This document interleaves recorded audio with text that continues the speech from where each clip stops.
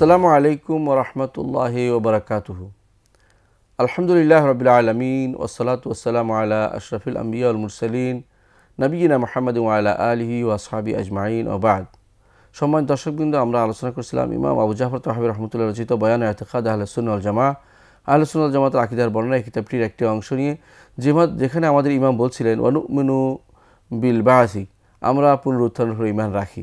এই কথার ব্যাখ্যা আমরা বলছিলাম যে আল্লাহ তাআলা কোরআনে কারিমের বিভিন্ন জায়গাতে যেই ভয়াবহ দিনটির কথা তুলে ধরেছেন বিভিন্ন আঙ্গিকে, সেটা আমরা আলোচনা করেছিলাম গত পর্বে, এবং বলেছিলাম যে আল্লাহ তাআলা কোথাও বলেছেন যে মহাদিন, কোথাও বলেছেন চক্ষু স্থির হয়ে যাবে, ভীত সন্ত্রস্ত হবে, কোথাও বলেছে সম্পর্ক তাদের ত্যাগ হবে, একে অপরের সাথে সম্পর্ক রাখবে না, কোথাও বলেছে অনেক দিন লম্বা হবে। এভাবে আল্লাহ তাআলা সেই সময়টাকে, সেই ভীতিপ্রদ দিনটাকে তুলে ধরেছেন। কোরআন কারিম আল্লাহ তাআলা সেদিনের ভীতিপ্রদ আরও কিছু জিনিস তুলে ধরেছেন, সেটা আমরা এখন আলোচনা করতে চাচ্ছি। প্রথমত, সেদিন এত ভীতিপ্রদ অবস্থা হবে যে সেদিন দুনিয়ার সব কিছু ধ্বংস হয়ে যাবে, সব কিছু ধ্বংস হয়ে যাবে। যেই ধ্বংসের মধ্যে আছে পাহাড় পর্বত, যেই ধ্বংসের মধ্যে আল্লাহ আকাশ ধ্বংস হয়ে যাওয়ার কথা বলেছেন, জমিন ধ্বংস হয়ে যাওয়ার কথা বলেছেন, তারকা সমূহ খসে যাওয়ার কথা বলেছেন, চাঁদ সূর্য সবই ধ্বংস হয়ে যাবে বলে আল্লাহ তাআলা বলেছেন। আল্লাহ তাআলা বলছেন সেদিন একটি অপরটির সাথে ধাক্কা লেগে চূর্ণ বিচূর্ণ হয়ে যাবে, এবং পাহাড়গুলোকে আকাশে বিচরণ ধুনা তুলার মতো সেগুলোকে আকাশে উড়িয়ে দেওয়া হবে, এবং পাহাড় সমুদ্রসমূহ সেদিন বিস্ফোরিত হবে এবং সে আগুনে পূর্ণ করা হবে। আকাশ সেদিন ফেটে যাবে এবং ঘুরতে থাকবে, আর সূর্য সেটাকে পেঁচানো হবে এবং সেটার আলো চলে যাবে, এবং চাঁদ তাও নিষ্প্রভ হয়ে যাবে, আর তারকা সেগুলো তার জায়গা থেকে খসে পড়বে, তার আলো থাকবে না, তার নিয়ম শৃঙ্খলা সম্পূর্ণরূপে শেষ হয়ে যাবে। এর মধ্যে কিছু জিনিস আছে যেগুলো কোরআনে কারিমে স্পষ্টভাবে উল্লেখ করা হয়েছে, সেগুলো আমরা এখন উল্লেখ করতে চাচ্ছি। এর মধ্যে যেগুলো স্পষ্ট আরও বেশি দলিল দিয়ে সেগুলো উল্লেখ করতে চাচ্ছি। যেমন আল্লাহ তাআলা কোরআনে কারিম বলেছেন যে জমিন সমূহ আল্লাহর মুষ্টির ভিতরে থাকবে, আর আসমান আল্লাহ তাআলার ডান হাতে ভাঁজ করা থাকবে। কোরআনে কারিমে আল্লাহ তাআলা সেটা বলে দিয়েছেন। আল্লাহ তাআলা বলছেন ওয়ামা কাদারুল্লাহ হাক্কা কাদরিহি ওয়াল আরদু জামিআন ইয়াউমাল কিয়ামা কাবদাতুহু ইয়াউমাল কিয়ামা ওয়াস সামাওয়াতু মাতউইয়াতুম বিয়ামিনিহি। তারা আল্লাহকে সঠিক সম্মান দিতে জানেনি, আল্লাহর যে প্রাপ্য সম্মানটুকু আল্লাহকে দিতে জানেনি। আল্লাহ সম্পর্কে তাদের ধারণা অত্যন্ত নিকৃষ্ট, তারা আল্লাহ সম্পর্কে সঠিক ধারণা করতে পারেনি। এরপর আল্লাহ তাআলা তার নিজের পরিচয় দিচ্ছেন যে আমি তো সেই সত্তা সে আল্লাহ যিনি সমস্ত জমিনকে কিয়ামতের দিনে এক মুষ্টির ভিতরে রাখতে পারবেন। অর্থাৎ যত জমিন সবগুলো আল্লাহ তাআলার মুষ্টির ভিতরে থাকবে। ওয়াস সামাওয়াতু মাতউইয়াতুম বিয়ামিনিহি, আর যে আকাশ দেখা যাচ্ছে, যে আকাশ, সে আকাশ সবগুলোকে আল্লাহ তাআলা তার ডান হাতের মধ্যে সেগুলো পেঁচিয়ে রাখবেন। আল্লাহ তাআলা অন্য আয়াতে বলেছেন ইয়াউমা নাতউইস সামাআ কাতাইয়িস সিজিলিল কুতুব কামা বাদানা আউওয়ালা খালকিন নুঈদু ওয়া'দান আলাইনা ইন্না কুন্না ফাইলিন। যেদিন আমি আকাশসমূহকে ভাঁজ করে রাখবো, যেমনিভাবে কিতাবের লেখার জন্য কাগজ ভাঁজ করে রাখা সেভাবে রাখবো, অর্থাৎ তার হাতে রাখবেন তিনি রেখে।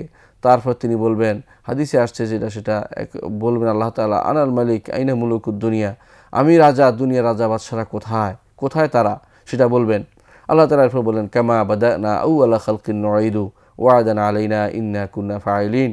যেভাবে আমরা প্রথম সেটাকে তৈরি করেছি, প্রত্যেকটি মানুষকে, প্রত্যেকটি জীবজন্তুকে, প্রত্যেকটি বস্তুকে, সেভাবে আমরা আবার সেটাকে পুনরায় দুনিয়ার বুকে নিয়ে আসবো, পুনরুত্থান ঘটাবো। ওয়া'দান আলাইনা, এটা আমাদের উপর ওয়াদা রয়ে গেছে, ইন্না কুন্না ফাইলিন, আমরা অবশ্যই সেটা করব। এর অর্থ হচ্ছে আল্লাহ তাআলা কিতাবের মতো করে যেভাবে আমরা এখন কাগজ রাখি, তেমনিভাবে আসমানসমূহে কাগজ ডান হাতে রাখবেন, সমস্ত জমিনকে তার মুষ্টির ভিতরে রাখবেন। আল্লাহ তাআলা সেটা ঘোষণা করেছেন। হাদিসে রাসূলুল্লাহ সাল্লাল্লাহু আলাইহি ওয়াসাল্লাম বলেছেন যে ইয়াকবাদুল্লাহুল আরদা ইয়াউমাল কিয়ামা, কিয়ামতের দিন আল্লাহ তাআলা জমিনকে মুষ্টিবদ্ধ করবেন, কবজার ভিতরে রাখবেন। ওয়ায়ুতউইস সামা বিয়ামিনিহি, আর তার ডান হাতে থাকবে আসমানগুলো। সুম্মা ইয়াকুল, তারপর তিনি বলবেন আনাল মালিক আইনা মুলুকুল আরদ, আমি তো রাজাধিরাজ, দুনিয়ার রাজা বাদশারা কোথায় এখন। অনুরূপভাবে সহিহ মুসলিমের আব্দুল্লাহ ইবনে ওমর রাদিয়াল্লাহু আনহু বর্ণিত, তিনি বলেন রাসূলুল্লাহ সাল্লাল্লাহু আলাইহি ওয়াসাল্লাম বলেছেন ইয়াতুইল্লাহুস সামাওয়াতি ইয়াউমাল কিয়ামা, আল্লাহ সমস্ত আকাশগুলোকে ভাঁজ করে রাখবেন কিয়ামতের দিনে। সুম্মা ইয়াখুযুহুন্না বিয়াদিল ইউমনা, তারপর সেগুলিকে ডান হাতে নিয়ে যাবেন। সুম্মা ইয়াকুল, তারপর তিনি বলবেন আনাল মালিক আমি তো বাদশাহ, আইনাল জব্বারুন, অহংকারী লোকেরা কোথায়, আইনাল মুতাকাব্বিরুন, দাম্ভিক লোকেরা কোথায়, কোথায় তারা, সুম্মা ইয়াতউইল আরদু বিশিমালিহি, তারপর তিনি তার বাম হাতে জমিনগুলোকে পেঁচাবেন, জমিনগুলোকে সেগুলো রেখে দিবেন বাম হাতে, ইয়াখুজুন, অন্য কোনো কোনো বর্ণনা আসছে অন্য হাতে রাখবেন, বাম উল্লেখ করা হয়নি। তিনি বলবেন তারপরে আনাল মালিক আইনাল জব্বারুন আইনাল মুতাকাব্বিরুন, আমি তো রাজাধিরাজ, আমি তো বাদশাহ, দুনিয়ার যারা অহংকারী ছিল, দুনিয়ার যে দাম্ভিক ছিল, ওরা কোথায় এখন, কোথায় তারা চলে গেল, তাদের অস্তিত্ব কোথাও দেখা যাচ্ছে না, কোথায় তারা।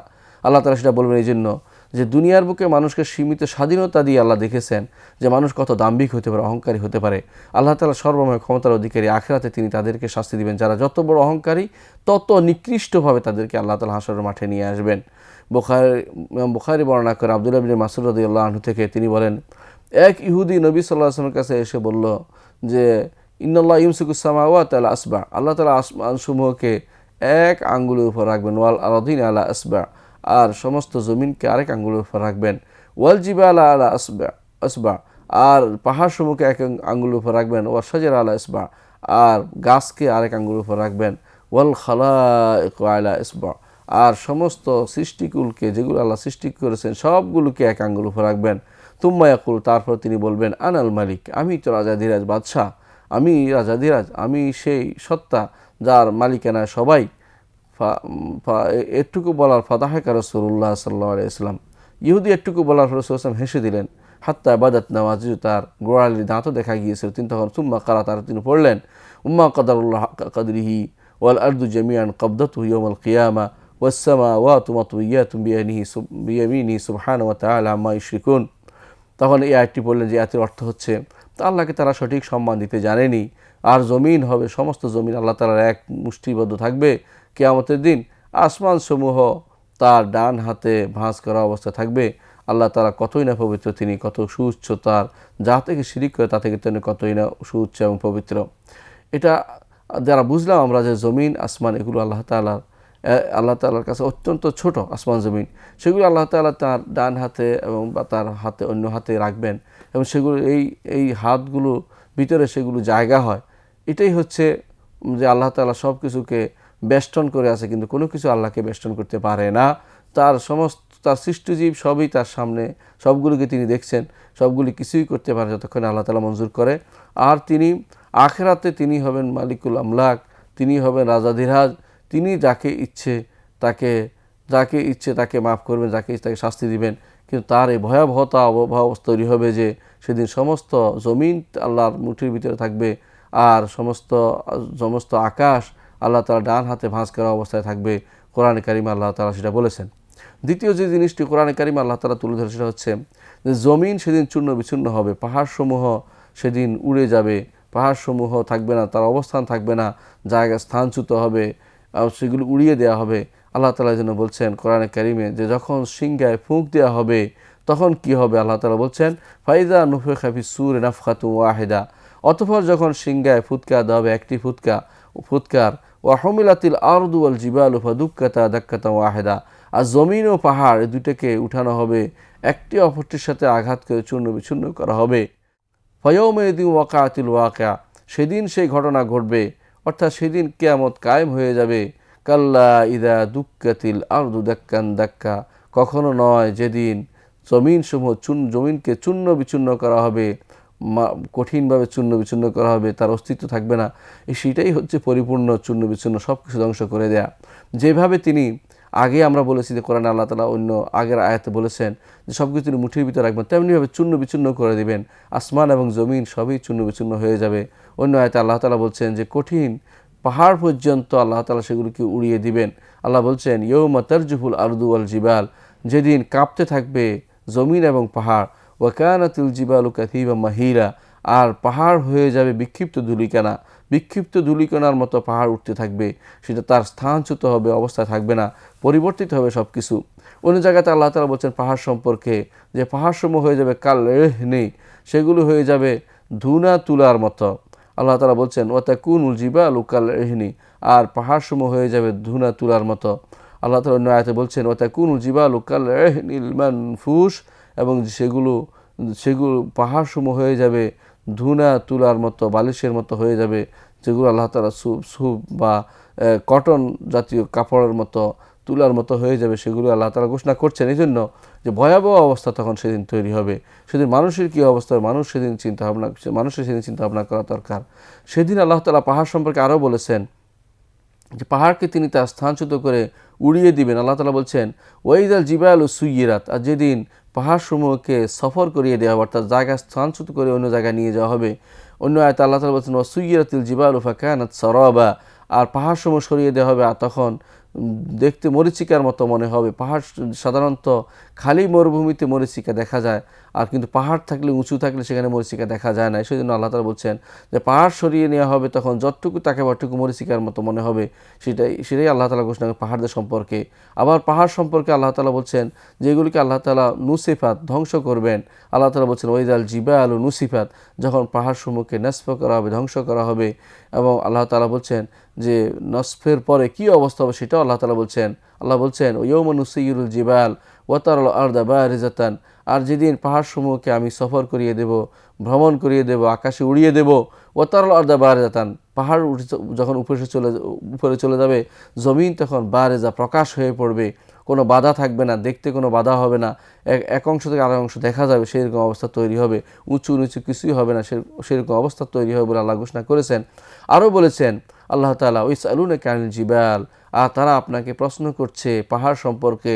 ফাকুল ইয়ানসিফুহা রব্বি নাসফা, বলুন ধ্বংস করে দেবে সেটাকে তো আমার রব সেটাকে ধ্বংস করে দেবেন ধ্বংস করার মতো, তারপর সেটাকে ছেড়ে দেবেন। ইয়াদারাহা কান সফসাফান, এটাকে খালি ময়দানে পরিণত করবেন।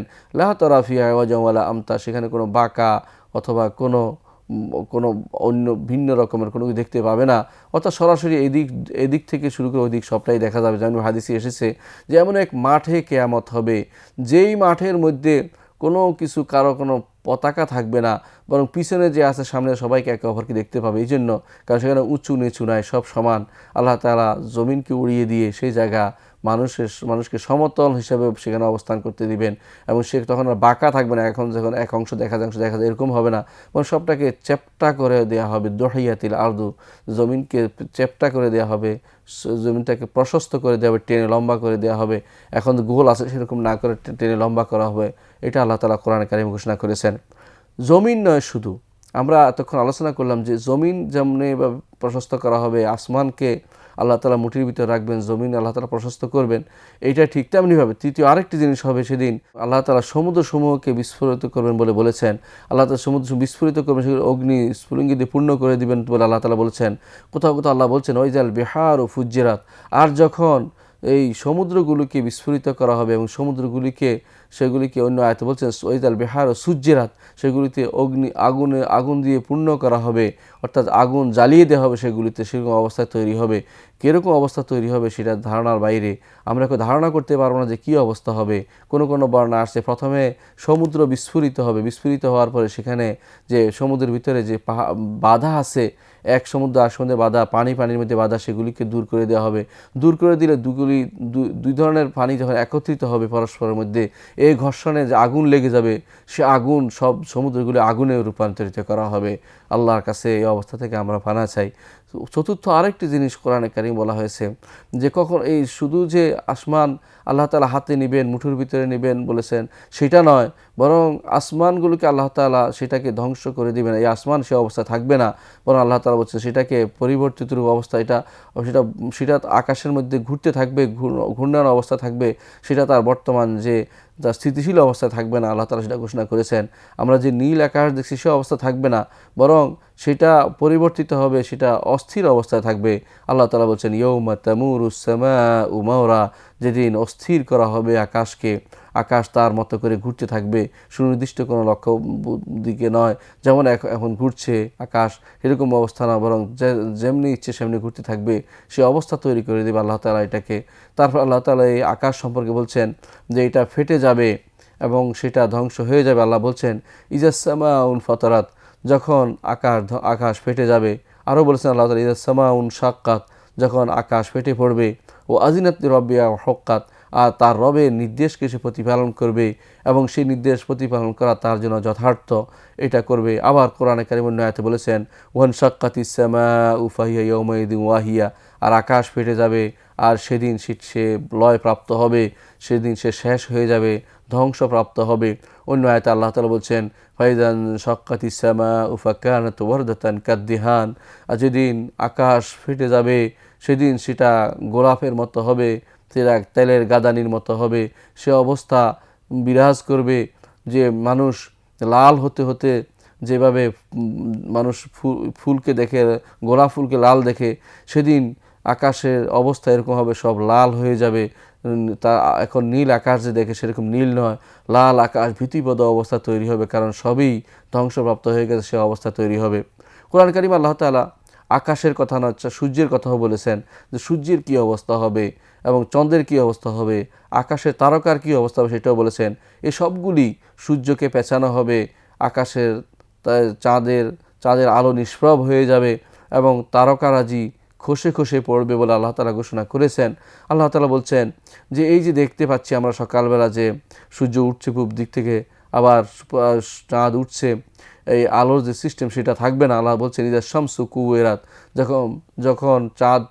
যখন সূর্যকে পেছানো হবে, পেছানো অর্থই হচ্ছে সেটাকে এমনভাবে পেছানো হবে, পেছাইলে তার আলো বের হবে না, অর্থাৎ আলো নিষ্প্রভ হয়ে যাওয়া বলা উদ্দেশ্য, অর্থাৎ এর থেকে কোনো রকমের আলো আর বের হবে না, সূর্যের আলো নষ্ট হয়ে যাবে। আবার বলছেন আল্লাহ তাআলা ইজাল কামারু ফাইজা বারেকাল বাসারু ওয়া খাসাফাল কামারু, যখন চক্ষু কোনো দিকে তাকাবে না, ওয়া খাসাফাল কামারু, আর চাঁদের আলো নিষ্প্রভ হয়ে যাবে, খসফ হবে, সেরকম অবস্থা হবে কিয়ামতের মাঠে। আর তারকা সম্পর্কে আল্লাহ তাআলা বলেছেন ওয়াইজাল কাওয়াকিবুন তাসারাত, আর যখন তারকাসমূহ খসে পড়বে, ওয়াইজান নুজুমুন কাদারাত, তারকাসমূহ আলো চলে যাবে, অর্থাৎ আলো চলে যাবে এবং খসে পড়বে, সেটা আল্লাহ তাআলা ঘোষণা করেছেন। কোরআনে কারীমে আল্লাহ তাআলা বিভিন্ন জায়গাতে এইভাবে সূর্যের পেছানোর অবস্থা এবং চাঁদের যে অবস্থা হবে আলোহীন হয়ে যাওয়া এবং আকাশ ফেটে পড়া, আকাশ ধ্বংসপ্রাপ্ত হওয়া, এই বিষয়গুলো নিয়ে আমরা দেখতে পাই যে হাদিসে এসেছে রাসূলুল্লাহ সাল্লাল্লাহু আলাইহি ওয়াসাল্লাম বলেছেন মান সাররাহু আন ইয়ানজুরা ইলা ইয়াউমিল কিয়ামা, যে ব্যক্তি চায় যে কিয়ামত কী অবস্থা হবে সেটা দেখতে, সেই জন্য এই সূরাগুলি পড়ে, যে শামসু কুবিরাত, ওয়াইজাস সামাউন ফাতারাত, ওয়াইজাস সামাউন শাক্কাত, অর্থাৎ কেউ যেন এই 3টি সূরা পড়ে, 3টি সূরা পড়লে সে কিয়ামতের বাস্তব অবস্থা কিছু না কিছু উপলব্ধি করতে পারবে।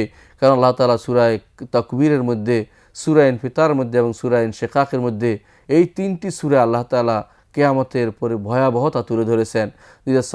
ইদাস শামসু কুবিরাত, যখন সূর্যগুলি পেছানো হবে, ওইজান নুজুমুন কাদারাত, এবং যখন তারকাসমূহ আলো নিষ্প্রভ হয়ে যাবে, এইভাবে আল্লাহ তাআলা ইজাস সামাউন ফাতারাত, চাঁদ যখন আকাশ ফেটে পড়বে, ওয়াইজাল বিহারু ফুজ্জিরাত, আর সমুদ্র বিস্ফোরিত হবে, ওয়াইজাস সামাউন শাক্কাত, যখন আকাশ ফেটে পড়বে।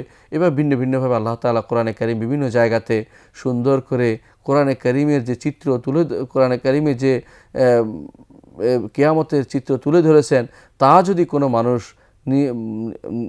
ভালো করে চিন্তা করে, সে সেই দিনের ভয়াবহতা উপলব্ধি করতে পারবে।